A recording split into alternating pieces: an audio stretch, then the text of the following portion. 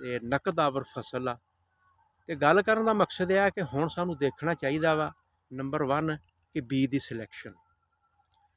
ਅਸੀਂ ਉਸ ਬੀਜ ਦੀ ਸਿਲੈਕਸ਼ਨ ਕਰਨੀ ਆ ਜਿਹੜਾ ਥੋੜ੍ਹਾ ਜਿਹਾ ਗਰਮੀ ਬਰਦਾਸ਼ਤ ਕਰਦਾ ਵਾ, ਜਿਸ ਦੀ ਸ਼ੈਡਿੰਗ ਨਹੀਂ ਹੋਈ, ਜਿਸ ਨੇ ਭਰਪੂਰ ਫੋਟ ਕੀਤੀ ਆ, ਫੁੱਲ ਗੁੱਡੀ ਵੀ ਭਰਪੂਰ ਲਿਆ, ਟਿੰਡਾ ਵੀ ਜਿਹੜਾ ਨਾ ਉਹ ਹੈਲਥੀ ਔਰ ਸਿਹਤਮੰਦ ਹੋਇਆ।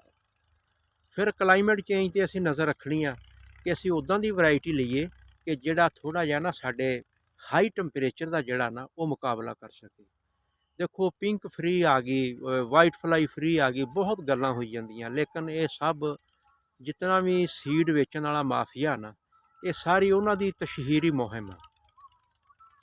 ਬਿਹਤਰ ਤਰੀਕਾ ਇਹ ਆ ਕਿ ਸਾਨੂੰ ਖੇਤ ਦਾ ਵਿਜ਼ਿਟ ਕਰਨਾ ਚਾਹੀਦਾ, ਬਾਰ-ਬਾਰ ਫਾਲੋ ਅਪ ਕਰਨਾ ਚਾਹੀਦਾ ਵਾ।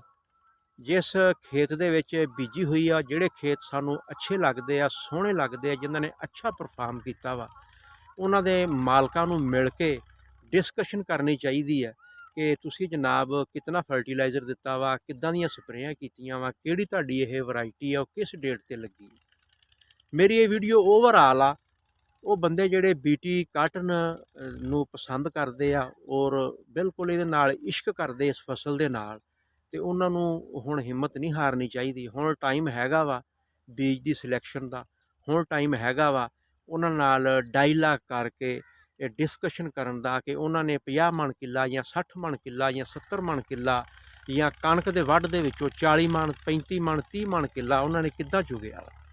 ਓਵਰਆਲ ਹਾਲਾਤ ਇਸ ਸਾਲ ਵੀ ਖਰਾਬ ਰਹੇ ਆ, ਲੇਕਿਨ ਜਿਨ੍ਹਾਂ ਬੰਦਿਆਂ ਦੀ ਅੱਛੀ ਮੈਨੇਜਮੈਂਟ ਸੀ, ਅੱਛਾ ਬੀਜ ਸੀ ਔਰ ਹਾਲਾਤ 'ਤੇ ਉਹਨਾਂ ਦੀ ਨਜ਼ਰ ਸੀ, ਉਹ ਬੰਦੇ ਕਾਮਯਾਬ ਹੋਏ ਆ ਔਰ ਬੜੇ ਅੱਛੇ ਤਰੀਕੇ ਨਾਲ ਕਾਮਯਾਬ ਹੋਇਆ। ਔਰ ਵਾਹਦ ਕਰਾਪ ਆ ਕਿ ਜਿਹੜੀ ਸਾਰੀਆਂ ਕਰਾਪਾਂ ਨੂੰ ਇਹ ਕੱਟ ਗਈ।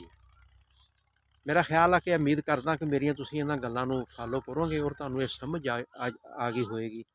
ਨੈਕਸਟ ਵੀਡੀਓ ਤੱਕ ਅਸੀਂ ਇਜਾਜ਼ਤ ਚਾਹੁੰਦੇ ਹਾਂ ਜੀ। ਅੱਲਾ ਹਾਫਿਜ਼।